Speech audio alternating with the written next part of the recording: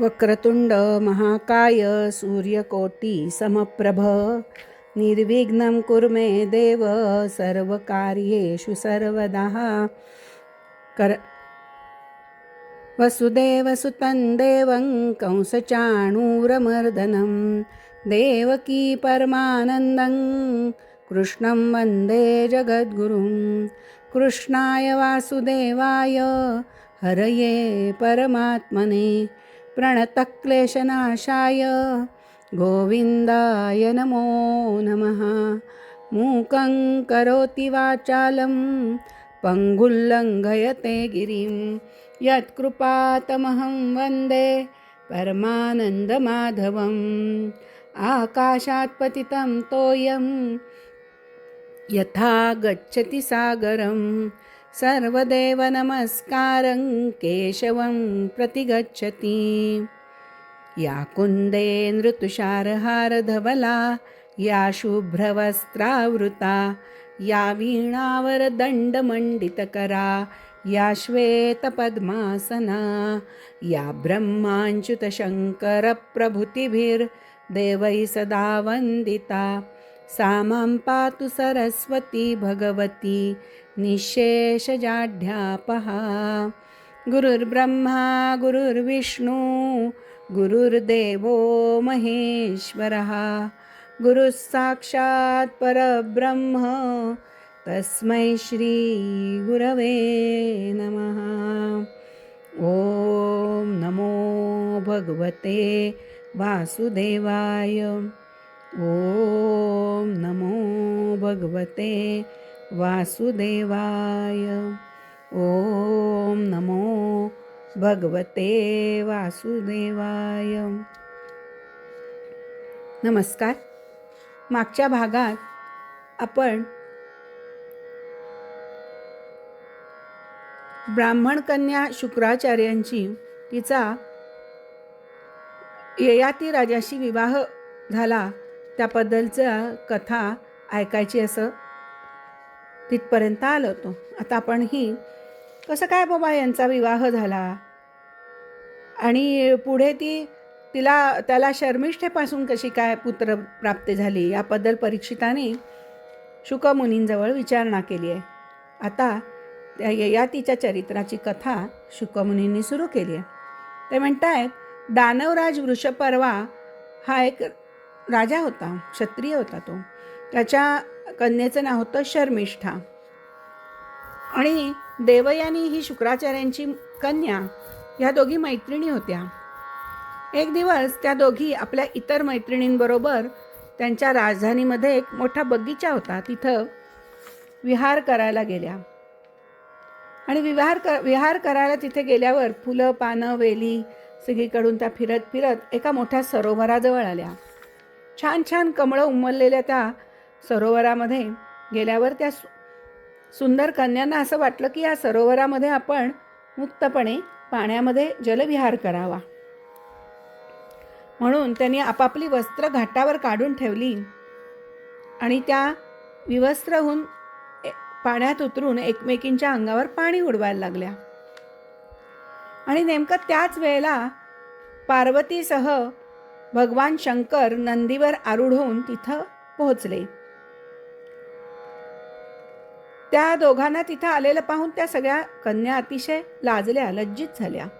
त्या पटपट सरोवरातून बाहेर येऊन त्यांनी आपापली वस्त्र परिधान केली. घाईघाईमध्ये काय झालं, ही जी राजकन्या होती वृषपर्व्याची मुलगी शर्मिष्ठा घाईघाईने तिने देवयानीचंच वस्त्र परिधान केलं. देवयानीने पाहिलं की अरेच्या आपलं वस्त्र हिने घातलंय.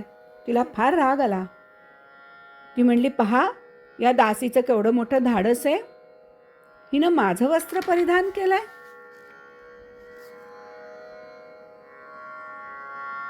ज्येष्ठ ब्राह्मणांमध्ये श्रेष्ठ असे आम्ही भृगुवंशी, त्यात हिचा पिता वृषपर्वा हा आमचा शिष्य.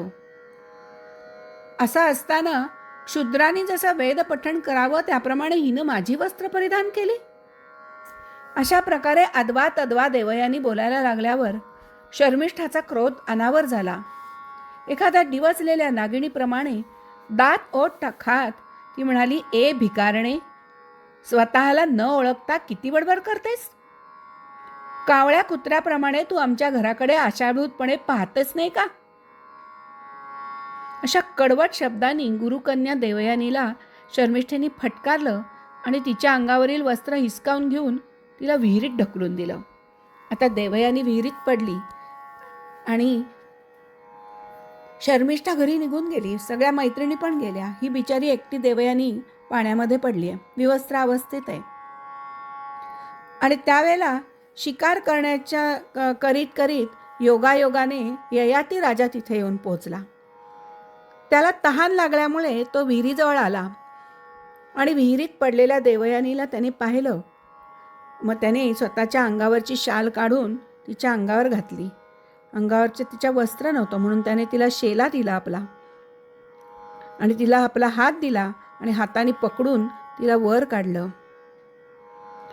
तेव्हा देवयानी ययातीला म्हणाली आहे, हे वीर शिरोमणे राजन, आपण आज माझा हात धरलाय, आता हा हात दुसऱ्या कोणीही धरू नये.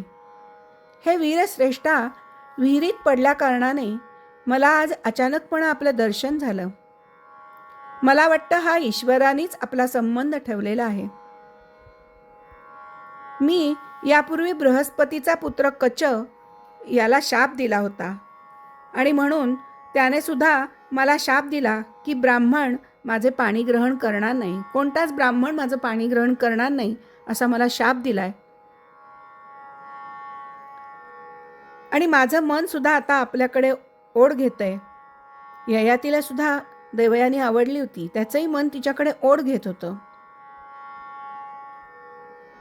मग त्याने पण न बोलून तिच्या कोणत्याच गोष्टीला नकार दिलेला नाही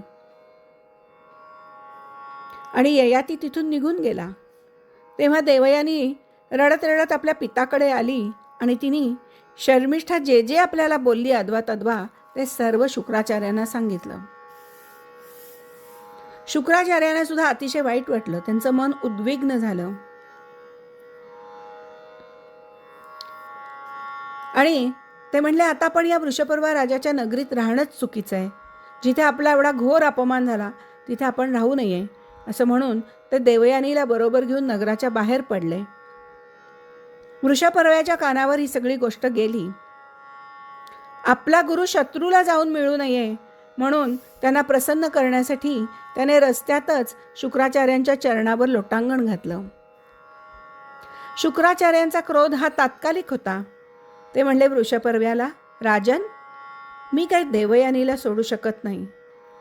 तिची जी काही इच्छा असेल ती तू पुरी कर.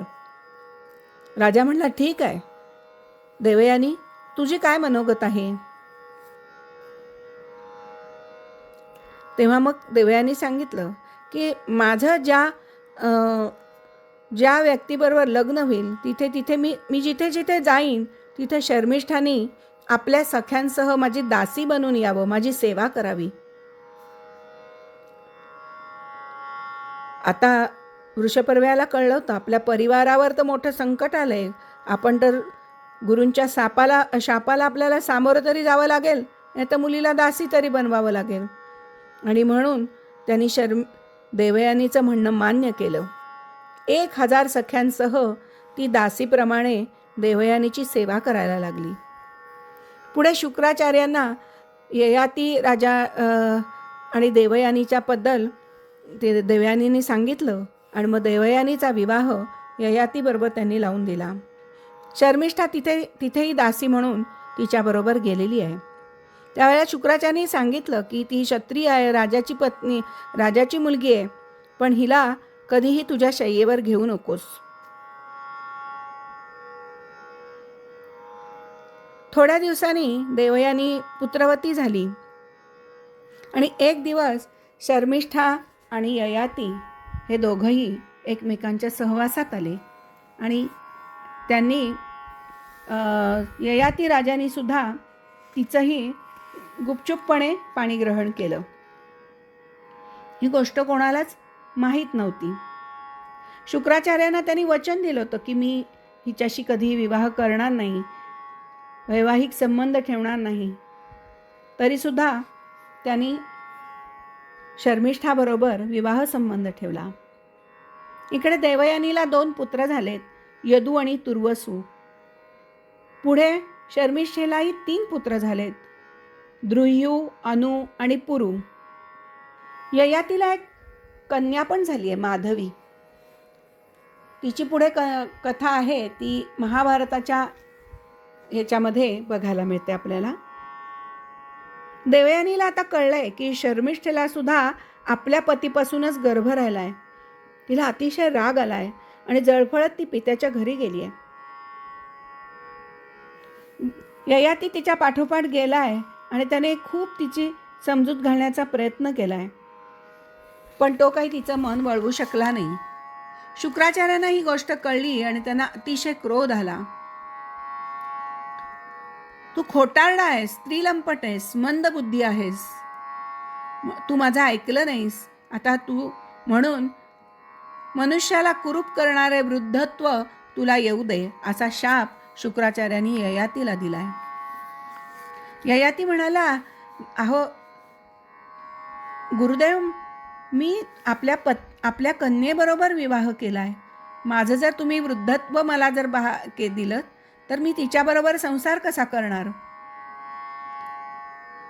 तुम्ही काहीतरी विचार करा ह्याचा. ठीक आहे म्हणले, जो तरुण तुला आपलं तारुण्य देईल त्याला वृद्धत्व देऊन त्या बदल्यात तू खुशाल तारुण्य मागून घे. जेव्हा शुक्राचार्यांनी असं म्हटलं तेव्हा ययाती आपल्या ज्येष्ठ यदू नावाचा त्याचा पुत्र होता, देवयानी आणि ययातीचा.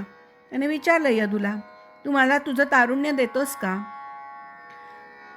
त्यावेळेला यदू म्हणालाय की तात, मी काही हे तुमचं म्हातारपण घेऊन जिवंत राहू इच्छित नाही. त्याने नाही म्हणून सांगितलं. त्यानंतर तुर्वसू, द्रुय, अनु या तिन्ही पुत्रांनी म्हणजे शर्मिष्ठेच्या सुद्धा तिन्ही पुत्रांनी नाही म्हणून सांगितलंय.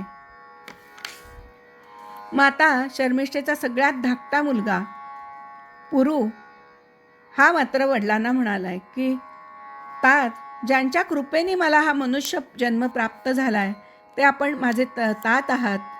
त्यांना मी हे माझं तरुणपण देऊ शकतो. वडिलांच्या उपकारांची फेड जगात कोण करू शकणार? मी तुमची या प्रकारे उपकारांची परतफेड नक्कीच करीन. असं म्हणून पुरूने मोठ्या आनंदाने आपल्या वडिलांचं म्हातारपण स्वीकारलंय. आणि राजा ययाती सुद्धा अतिशय कुठलाही मागचा पुढचा न विचार करता त्याने पण पुरूकडून तारुण्य घेतलंय आणि पुन्हा पूर्वीप्रमाणे विषय सेवन करू लागलाय. हा ययाती राजा 7ही द्वीपांचा एक छत्री सम्राट होता आणि प्रजेचं अतिशय पुत्रवत पालन करीत होता. अशाच प्रकारे हजारो वर्षांचा काळ निघून गेला आणि तरीही सम्राट ययातीची भोगांच्या बाबतीत तृप्ती होऊ शकलेली नाही. एक दिवस आपला अधप्पात त्याच्या लक्षात आला आणि त्याच्या मनात अचानक वैराग्य उत्पन्न झालं आणि तो देवयानीला म्हणाला, विषयांचं वारंवार सेवन करीत हजारो वर्ष पुरी झाली तरी क्षणाक्षणाला भोगांची लालसा वाढतच चालली आहे. म्हणून मी आता भोगांच्या वासनांचा त्याग करतोय. सुख दुःख शीत उष्ण या सगळ्या द्वंद्वांच्या पलीकडे जायचंय मला. अहंकारातून मुक्त होऊन मी वनामध्ये जाईन. असं म्हणलं आणि त्याने पुरूला बोलवलं आणि पुरूला त्याचं तारुण्य परत केलंय आणि आपलं म्हातारपण त्याच्याकडून परत घेतलं. आता त्याच्या चित्तामध्ये कोणतीच विषय वासना राहिलेली नव्हती. त्याने आपल्या पुत्रांना पण बोलवलंय. आग्नेय दिशेला द्रुयूला दिलंय, दक्षिणेकडे यदूला, पश्चिमेकडे तुर्वसूला, उत्तरेकडे अनुला राज्य दिलंय आणि भूमंडळावरील संपत्तीला योग्य अशा पुरूचा आपल्या सिंहासनावर राज्याभिषेक केलाय आणि आपल्या भावांना, सगळ्या पुरूच्या भावांना ययातीने पुरूच्या ताब्यात दिलंय आणि तो वनामध्ये निघालाय. परंतु जाताना त्याच्या मनात त्याने ययातीला शाप दिलाय की तू कधीही सार्वभौम राजा होणार नाही. याच यदूचा पुढे यादव वंश झाला आणि तो हरिवंश म्हणून प्रसिद्ध झाला. हरिवंश म्हणजे काय, तर प्रत्यक्ष हरिनी या वंशामध्ये अवतार घेतलेला आहे, म्हणून तो हरिवंश म्हणला जातो. पण प्रत्यक्षात श्रीकृष्ण सुद्धा कधीही सार्वभौम राजा झालेले नाहीत. ययातीच्या शापामुळे ते कधीही सार्वभौम राजा होऊ शकले नाही.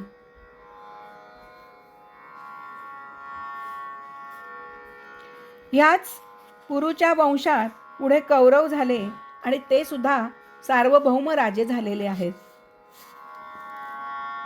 ययातीने एका क्षणातच सर्व गोष्टींचा त्याग केला आणि वनात जाऊन सर्व आसक्तीपासून आपली सुटका करून घेतली. देवयानीला सुद्धा असे वाटायला लागले की मलाही निवृत्ती मार्गावरून जाण्यासाठी ही घटना घडलेली आहे. तिलाही आपला पती वनात निघून गेल्यामुळे प्रेमामुळे विरहाचं दुःख झालेलं होतं आणि त्यातून सावरण्यासाठी आपणही या भगवंताकडे शरण जावं. आणि म्हणून देवयानीने सुद्धा सर्व पदार्थांचा आसक्तीचा त्याग केला आणि आपलं मन भगवंतांमध्ये तन्मय करून आपल्या शरीराचा तिने लिंग शरीराचा त्याग केला. अशा प्रकारे ययातीचे चरित्र इथे पूर्ण झाले. श्रीकृष्ण गोविंद हरे मुरारे, हे नाथ नारायण वासुदेव. श्रीकृष्ण गोविंद हरे मुरारे, हे नाथ नारायण वासुदेव.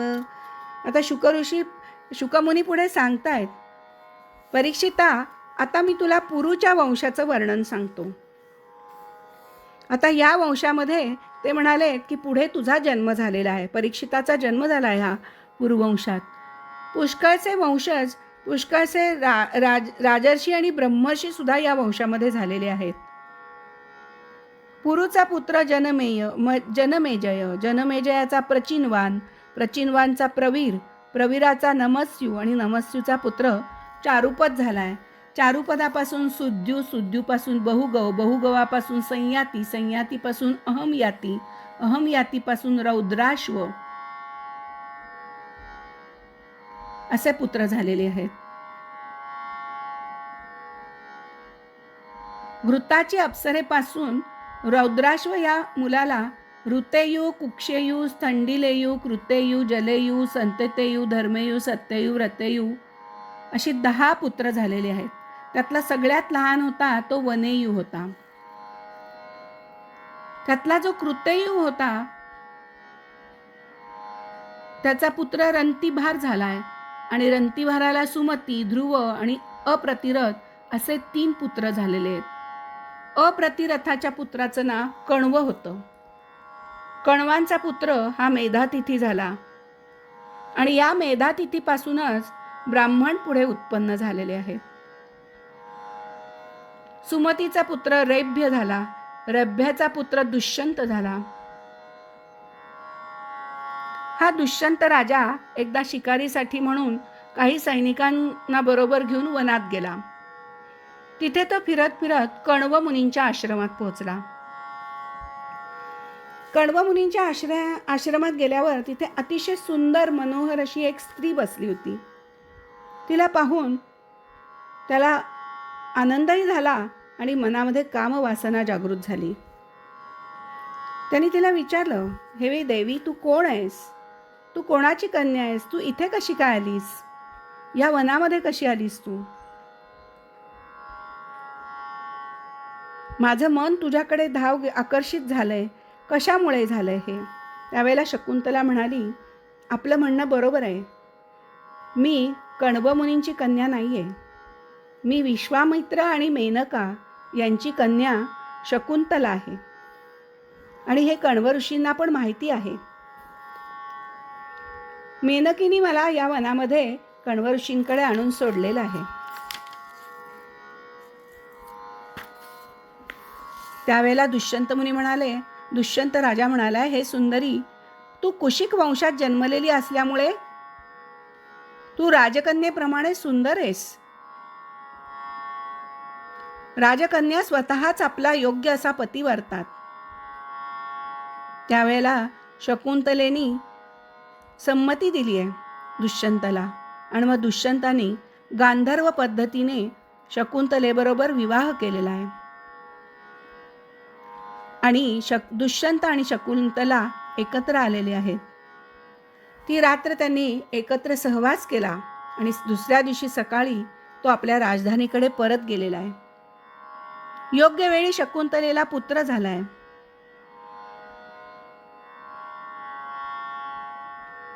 वनामध्ये कण्वांनी आणि कण्वर मुनींनी त्याचे जातकर्मादी संस्कार केलेत.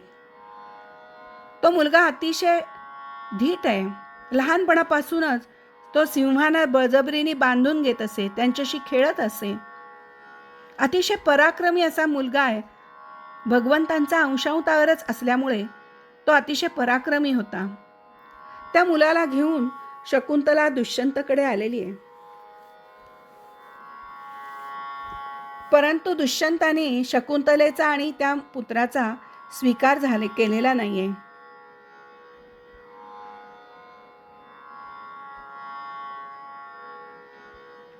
आकाशवाणी झालीये, तू शकुंतलेचा त्याग करू नकोस, आपल्या पुत्राचं पालन पोषण कर. परंतु दुष्यंताने काही ते मान्य केलेले नाही. पुढे दुष्यंताच्या मृत्यूनंतर हा भरत त्याचं नाव ठेवलेलं आहे कण्व मुनींनी. हा भरत यशस्वी चक्रवर्ती सम्राट झालेला आहे. भगवंताच्या अंशापासूनच जन्मलेला हा भरत होता. त्याच्या उजव्या हातावर चक्राचं चिन्ह होतं आणि पायावर कमल पुष्पाचं चिन्ह होतं. महाभिषेकाच्या विधीने या भरताला राज्याभिषेक झाला. अतिशय शक्तिशाली राजा म्हणून तो प्रसिद्ध झाला. ममताचे पुत्र दीर्घतमा मुनींना भरताने पुरोहित म्हणून बोलवलं आणि गंगा तीरावर 55 आणि यमुना तीरावर 78 अश्वमेध यज्ञ केले.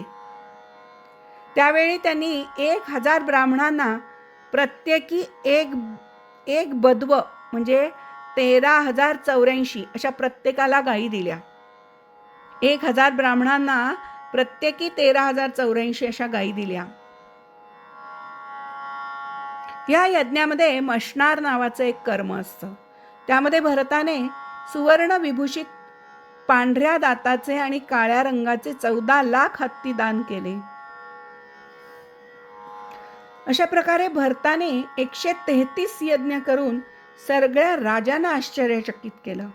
अतिशय मोठं महत् कर्म त्यांनी केलं की जे कर्म यापूर्वी कोणत्याही राजाने केलेलं नाही आणि पुढेही कोणी करू शकणार नाही. पूर्वी बलवान असुरांनी देवांवर विजय मिळवून देवांगनांना ते रसातळात घेऊन गेले होते. भरताला ही गोष्ट कळल्यावर भरताने त्यांना पुन्हा सोडवून आणलं.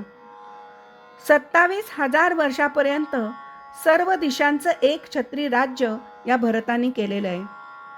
शेवटी सार्वभौम सम्राट भरताने लोकपालांचं ऐश्वर्य, सार्वभौम संपत्ती, अखंड साम्राज्य हे सगळं त्याला कळलं की हे सगळं मिथ्या आहे, सर्व जग मिथ्या आहे आणि म्हणून तो संसारातून निवृत्त झाला. या भरताला विदर्भ राजाच्या 3 कन्या पत्नी म्हणून होत्या.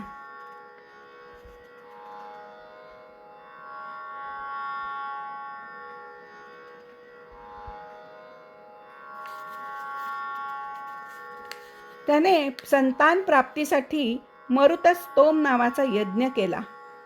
तेव्हा मरुद्गणाने प्रसन्न होऊन भरताला भरद्वाज नावाचा पुत्र दिलेला आहे.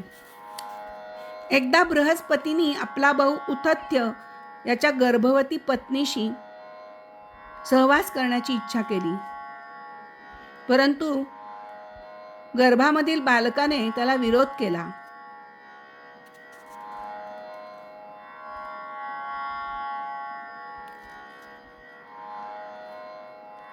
आणि तो गर्भ पुढे त्यांनी भरताला दिलाय आणि त्याचं नाव भरद्वाज पडलेलं आहे.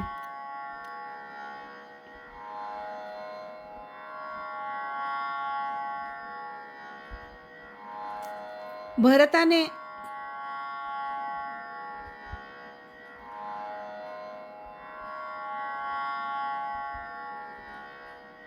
त्याची कथा अशी झाली की बृहस्पतीने म्हणाले की हे मूर्ख स्त्रिये, माझ्या औरस भावाचा क्षेत्रज पुत्र म्हणजे द्वाज आहे, म्हणून तू या पुत्राचं भरण पोषण कर असं बृहस्पतींनी सांगितलं. कारण त्यांचा भाऊ उतथ्य त्याच्या पत्नीचा तो बाळ होता. त्यावर ममता म्हणाली, बृहस्पते, हा माझ्या पतीचा नव्हे तर आपल्या दोघांचा पुत्र आहे, म्हणून आपणच त्याचे भरण पोषण करावे. अशा प्रकारे आपापसात वाद करीत ते राहिले आणि म्हणून त्या मुलाचं नाव भरद्वाज पडलं. आणि तिने त्या बालकाला तिथे सोडून दिलं. आणि जेव्हा मरुदगणांनी जेव्हा यज्ञ केला त्यावेळेला हा भरद्वाज पुत्र तिथे दत्तक म्हणून भरताला दिलेला आहे. आता या वितथाचा पुत्र मन्यूला बृहतक्षेत्र, जय, महावीर्य, नर आणि गर्ग असे 5 पुत्र झालेले आहेत. आता या 5 पुत्रांचे आपण पुढे वंश बघू असं शुकाचार्य सांगतात त्याला. आता पहिल्यांदी नराचा पुत्र जो संस्कृती होता, त्या संस्कृतीला 2 पुत्र झालेत, गुरु आणि रंतीदेव. आता या गुरु हा होता, याने काही पुढे संन्यास घेतला होता आणि तो वनामध्ये तपश्चर्या करण्यासाठी निघून गेला. आणि रंतीदेव जो होता, हा रंतीदेव दैवावर अवलंबून होता. जे काही दैवानी मिळेल त्याच्यावरती तो राहायचा. त्यामुळे जी काही संपत्ती होती ती असंच करत करत संपत चालली होती. कोणताही उद्योग तो करत नव्हता. जे काही प्राप्त होईल त्याचा उपभोग घेत असे. दिवसेंदिवस त्याची पुंजी कमी होऊन गेली. उपाशी राहूनही जे काही मिळेल तेही तो देऊन टाकत असे. असं झालं एकदा की 48 दिवस सलग त्याला पाणी सुद्धा प्यायला मिळालं नाही. आणि 49व्या दिवशी सकाळीच त्याला कोणीतरी थोडंसं तूप, खीर आणि हलवा दिलं, थोडंसं पाणी पण दिलं. त्याचं सगळं कुटुंब सुद्धा तहानेने आणि भुकेने व्याकुळ झालं होतं. त्याने भोजनाची तयारी केली. खीर होतीच. तेवढ्यात एक ब्राह्मण तिथे आला आणि रंतीदेवाला सगळ्यांमध्ये भगवंताचं दर्शन होत असे. त्यामुळे त्याला असं वाटायचं प्रत्येक येणारा जो प्राणी मात्र आहे हा भगवंत आहे. आणि म्हणून त्या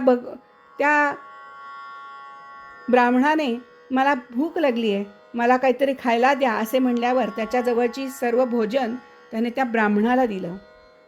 आता त्याच्याकडे फक्त पाणी राहिलेलं होतं.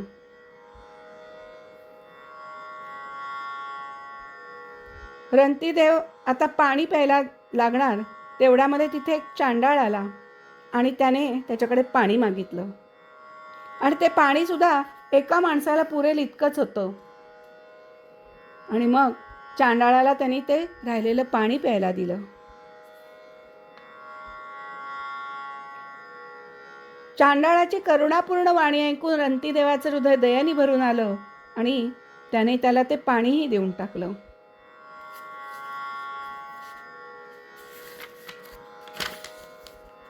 त्याची ही सगळी आपण स्वतः भुकेलेले आणि तहानेने व्याकुळ असताना त्याने स्वतःजवळचं सर्व काही अतिथीला दिल्यामुळे भगवंतांनी प्रसन्न होऊन साक्षात गुरु दत्तात्रय तिथे प्रगट झालेले आहेत. दिगंबरा दिगंबरा श्रीपाद वल्लभ दिगंबरा, दिगंबरा दिगंबरा श्रीपाद वल्लभ दिगंबरा, दिगंबरा दिगंबरा श्रीपाद वल्लभ दिगंबरा. रंतीदेवांची अशी भावना होती, न कामेयं गतिमीश्वरात् परा मष्टधीर्युक्ता मपुनर्भवं वा आर्ति प्रपद्येऽखिल देहभाजा मन्तस्थितो येन भवन्त्य दुःखाः. न कामेयं गतिमीश्वरात् परा मष्टधीर्युक्ता मपुनर्भवं वा आरतीं प्रपद्ये अखिल देह भाजा मंतस्थितो येन भवन्त्य दुःखाः. अष्टमहासिद्धींनी युक्त अशी उत्तम गती मी ईश्वराकडे मागत नाही. मला मोक्षाची सुद्धा इच्छा नाही. मला एकच इच्छा आहे की माझा वास सर्व प्राणीमात्रांच्या हृदयात असावा, जेणेकरून त्या सगळ्या प्राणीमात्रांचं दुःख मला झेलता यावं, ज्यामुळे त्यांना दुःख भोगण्याची कधीही पाळी येणार नाही. सर्व प्राणी दुःखमुक्त व्हावेत आणि त्या सगळ्यांची दुःख मी एकट्याने सोसावी, अशा भावना या रंतीदेवाच्या होत्या. आणि म्हणून प्रत्यक्ष दत्तात्रय तिथे प्रगट झालेले आहेत. आणि रंतीदेवावर प्रसन्न होऊन त्यांनी आशीर्वाद दिलाय आणि पुढे त्यांना सर्व संपत्ती प्रदान करून रंतीदेवाने अनेक वर्ष चांगल्या प्रकारे राज्यकारभार केला आहे. आणि पुढे काही काळाने सत्संगीच्या संत संगतीच्या प्रभावाने भगवन्मय ते योगी झालेले आहेत. आता पुढे गर्ग नावाचा दुसरा जो मुलगा आहे वितथाचा, त्या गर्गाचा वंश सांगतायत परीक्षित राजाला शुकमुनी. गर्गापासून शिनी, शिनीपासून गार्ग्याचा जन्म झाला. गार्ग्य हा क्षत्रिय होता, तरी त्याच्यापासून पुढे ब्राह्मण वंश चाललेला आहे. महावीर्याचा पुत्र दुरितक्षयाचा त्रय्यारुणी, कवी आणि पुष्करारुणी असे 3 पुत्र पुढे झालेले आहेत. हे तिघही ब्राह्मण झाले. बृहत क्षत्राचा पुत्र हस्ती झाला आणि या हस्तीनेच पुढे हस्तिनापूर हे गाव वसवलेले आहे. हस्तीचे अजमीढ, द्विमीढ, पुरमीढ असे 3 पुत्र होते. आणि अजमीढाच्या पुत्रांपैकी प्रियमेध हा ब्राह्मण झाला. त्याच्या एका पुत्राचे नाव बृहदिशू, बृहदिशूचा बृहद्धन्नू, बृहद्धन्नूचा बृहत्काय आणि बृहत्कायाचा जयद्रथ झाला. जयद्रथाचा पुढे विशद, विशदचा सेनजित, सेनजिताचे रुचिराश्व, दृढहनु, काश्य असे आणि वत्स. सेनाजिताला 4 पुत्र झालेत, रुचिराश्व, दृढहनु, काश्य आणि वत्स. रुचिराश्वाचा पुत्र पार आणि पाराचा पृथुसेन. पाराच्या दुसऱ्या पुत्राचं नाव नीप असं होतं आणि त्याला 100 पुत्र झालेत. निपाने शुक यांची कन्या कृत्वी हिच्याशी विवाह केला होता आणि तिच्यापासून ब्रह्मदत्त नावाचा पुत्र झाला. तो सुद्धा पुढे योगी झाला. त्याला पत्नी सरस्वतीपासून विश्वक्सेन नावाचा पुत्र झाला. या विश्वक्सेनाचा पुत्र उदक्स्वन, उदक्स्वनाचा भल्लाद हे सगळे बृहदिशूचे वंशज झाले. द्विमीढाचा पुत्र यविनर, यविनराचा कृतिमान, कृतिमानाचा सत्यद्रुती, सत्यद्रुतीचा दृढनेमी, दृढनेमीचा पुत्र सुपार्श्व झाला. सुपार्श्वापासून सुमती, सुमतीपासून सन्नितिमान, सन्नितिमानापासून कृती, हिरण्यनाभ, त्याच्यापासून प्राच्यसाम नावाच्या 6 संहिता रचल्या गेल्या.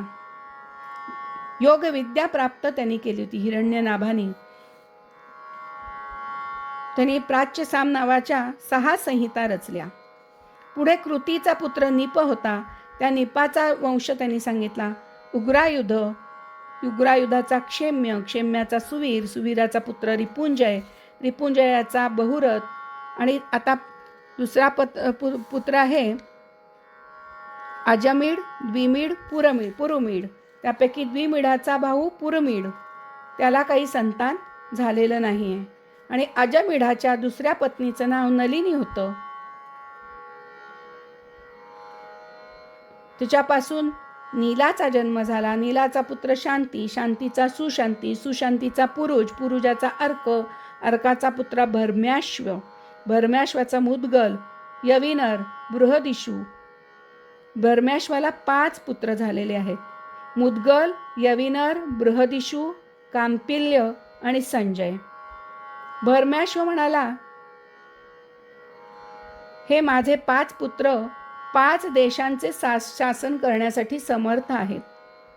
भरम्याश्वाचे हे 5 पुत्र जे आहेत मुद्गल, यविनर, बृहदिशू, कांपिल्य आणि संजय, आणि म्हणून ते पांचाल नावाने प्रसिद्ध झालेत. आणि मुद्गल पासून मौद्गल्य नावाचे ब्राह्मण गोत्र सुरू झालेलं आहे. भरमेश्वचा पुत्र मुद्गल याला जुळं झालं. त्यापैकी एक मुलगी होती, तिचे नाव अहल्या आणि पुत्राचं नाव दिवोदास होतं. आणि अहिल्याचा विवाह गौतम ऋषींशी झालेला आहे. गौतमांना पुढे शतानंद नावाचा पुत्र झालाय. शतानंदाचा पुत्र सत्यधृती होता. तो धनुर्विद्येमध्ये निपुण होता. सत्यधृतीच्या पुत्राचं नाव शरद्वान.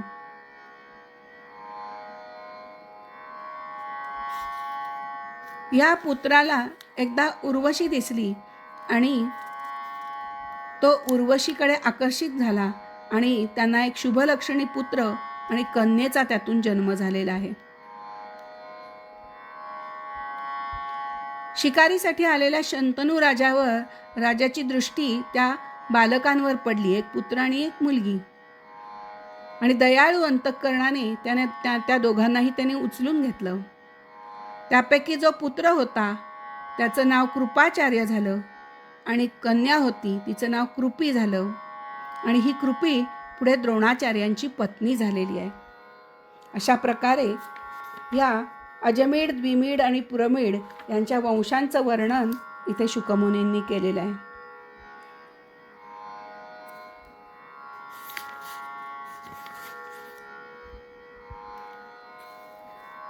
आता पुढे सांगतात शुकमुनी, दिवोदासाचा पुत्र मित्रेयूचा च्यवन, सुदास, सहदेव आणि सोमक असे 4 पुत्र मित्रेयूला झालेले आहेत. सोमकाला पुढे 100 पुत्र झालेत. त्यातला सगळ्यात थोरला जंतू आणि सगळ्यात लहान पृषद. आणि ह्या पृषदाला द्रुपद नावाचा पुत्र झालेला आहे. या द्रुपदाची द्रौपदी नावाची कन्या आणि दृष्टद्युम्न असे पुत्र त्याला झालेले आहेत. दृष्टद्युम्नाचा पुत्र दृष्टकेतू. भरमेश्वराच्या वंशामध्ये उत्पन्न झालेले हे राजे पांचाल म्हणवले जातात. अजमेढाचा दुसरा पुत्र वृक्ष होता. त्याला संवरण नावाचा पुत्र झाला आणि ह्या संवरणाचा विवाह सूर्याची कन्या तपती हिच्यापाशी झाला. हिच्याशी झालेला आहे. संवरणाचा विवाह सूर्याची कन्या तपती हिच्याबरोबर झाला आणि तिच्यापासून कुरुक्षेत्राचा स्वामी कुरु याचा जन्म झालेला आहे. आणि पुढे कुरुचे परीक्षित, सुधन्वा, जन्नू, निषधाश्व असे 4 पुत्र जन्माला आलेले आहेत. सुधन्वाला सुहोत्र, सुहोत्राला च्यवन, च्यवनाला कृती, कृतीला उपरिचरी वसूला बृहद्रथ असे अनेक पुत्र झालेत. त्यामध्ये बृहद्रथ, कुशांब, मत्स्य, प्रत्यग्र, चेदीप हे सगळे चेदी देशाचे राजे झालेले आहेत. बृहद्रथ अतिशय कुशाग्र होता. याला ऋषभ आणि ऋषभाला सत्यहित, सत्यहितला पुष्पवान, पुष्पवानाला जुन्नू नावाचा पुत्र झाला. बृहद्रथाच्या दुसऱ्या पत्नीने बृहद्रथाला पहिली जी पत्नी होती तिच्यापासून ऋषभ आणि ऋषभापासून सत्यहित, सत्यहितपासून पुष्पवान आणि पुष्पवानपासून जुहू नावाचे पुत्र झालेत. आणि अजून एक पत्नी त्याला होती. त्या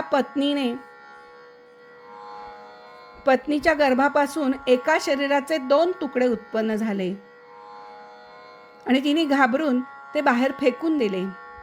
आणि त्याच वेळेला तिथून जरा नावाची राक्षसीण जात होती आणि ती जिवंत हो म्हणून त्या 2 भाग झालेल्या बाळाच्या तुकड्यांशी खेळत होती. खेळता खेळता तिने ते दोन्ही तुकडे एकमेकांना जोडले. सांधे गेल्याबरोबर ते बाळ जिवंत झालं आणि रडायला लागलं. आणि मग तिने ते आणून दिले राजाला. म्हणून त्याचं नाव जरासंध, जरा नावाच्या राक्षसिणीने ते सांधलं म्हणून जरासंध असं त्या पुत्राचं नाव ठेवलं. या जरासंधाला पुढे सहदेव झाला. सहदेवाचा सोमापी, सोमापीचा पुत्र श्रुतश्रवा आणि कुरुचा ज्येष्ठ पुत्र परीक्षित याला काही संतान झालेलं नाही. जुन्नूचा पुत्र सुरथ, सुरथाचा विदुरथ, विदुरथाचा सार्वभौम, सार्वभौमाचा जयसेन, जयसेनाचा राधिक आणि राधिकाचा पुत्र अयुत झाला. अयुताचा क्रोधन, क्रोधनाचा देवातिथी, देवातिथीचा ऋष्य, ऋष्याचा दिलीप आणि दिलीपाचा पुत्र प्रतीप, प्रतीपाचा देवापी, शंतनू आणि बांधिक असे 3 पुत्र झालेत. हा देवापी आपल्या पित्याचं राज्य सोडून वनात निघून गेलेला आहे. मग त्यानंतरचा जो लहान भाऊ होता तो शंतनू होता. हा शंतनू पुढे राजा झालाय. हा शंतनू राजा पूर्वजन्मी महाभीष त्याचं नाव होतं. हा महाभीष त्याचं नाव होतं पूर्वजन्मीचं. तो ज्या वृद्धाला आपल्या हाताने स्पर्श करीत असे तो तरुण होत असे आणि त्याला सगळ्या तरुणपणचा आनंद घेता येत असे. या त्याच्या अद्भुत शक्तीमुळे त्याला या जन्मी शंतनू असं नाव पडलं. शंतनूच्या राज्यात एकदा 12 वर्ष इंद्राने पाऊस पाडला नाही. तेव्हा ब्राह्मणानं त्यांनी विचारलं की का असं होतंय, माझ्या राज्यात पाऊस का पडत नाहीये. तर त्यावेळेला राजे म्हणाले, तुझ्या मोठा भाऊ जो निघून गेलाय वनात त्याचा अधिकार आहे राज्यावर बसायचा आणि तू बसलायस आणि त्याच्यामुळे पाऊस पडत नाहीये. तू त्याच्या अगोदर विवाह पण केलायस, तर तू आता त्याला बोलवून आण आणि त्याला राज्यावर बसव. ठीक आहे म्हणला शंतनू. तो वनामध्ये गेला आणि त्याला राज्य स्वीकार कर म्हणून सांगायला गेला. परंतु शंतनूचे मंत्री त्याच्या अगोदरच त्याच्यापाशी पोहोचले होते आणि त्यांनी असे काही ब्राह्मण तिथे पाठवले होते ज्यांनी वेदांना दूषण देणाऱ्या वचनांनी देवापीला वेदमार्गापासून परावृत्त केलं. त्यामुळे तो वेदांची निंदा करायला लागला. देवापी आता वेदांची निंदा करू लागला आणि त्यामुळे तो राज्याधिकाराला अपात्र ठरला. आणि मग पुन्हा शंतनूलाच राजा करण्यात आलं आणि शंतनूच्या राज्यातही पाऊस पडला. देवापी अजूनही योग साधना करीत कलाप ग्रामात राहत असतो. जेव्हा कलियुगात चंद्राच्या वंशाचा नाश होईल तेव्हा सत्ययुगाच्या प्रारंभी तो पुन्हा त्याची स्थापना करेल. शंतनूचा लहान भाऊ बाल्लिक याला सोमदत्त नावाचा पुत्र झाला. सोमदत्ताला भुरी, भुरीश्रवा आणि शल असे 3 पुत्र झाले. आणि शंतनूपासून गंगेला भीष्म नावाचा पुत्र झालेला आहे. आपण जे पुढे भीष्माचार्य म्हणतो त्या भीष्माचार्यांचा जन्म हा शंतनूपासून गंगेला झालेला पुत्र आहे. आता ह्याची कथा आहे ती आपण पुढच्या भागात घेऊया. तोपर्यंत नमस्कार. ओम नमो भगवते वासुदेवाय. ओम नमो भगवते वासुदेवाय. ओम नमो भगवते वासुदेवाय.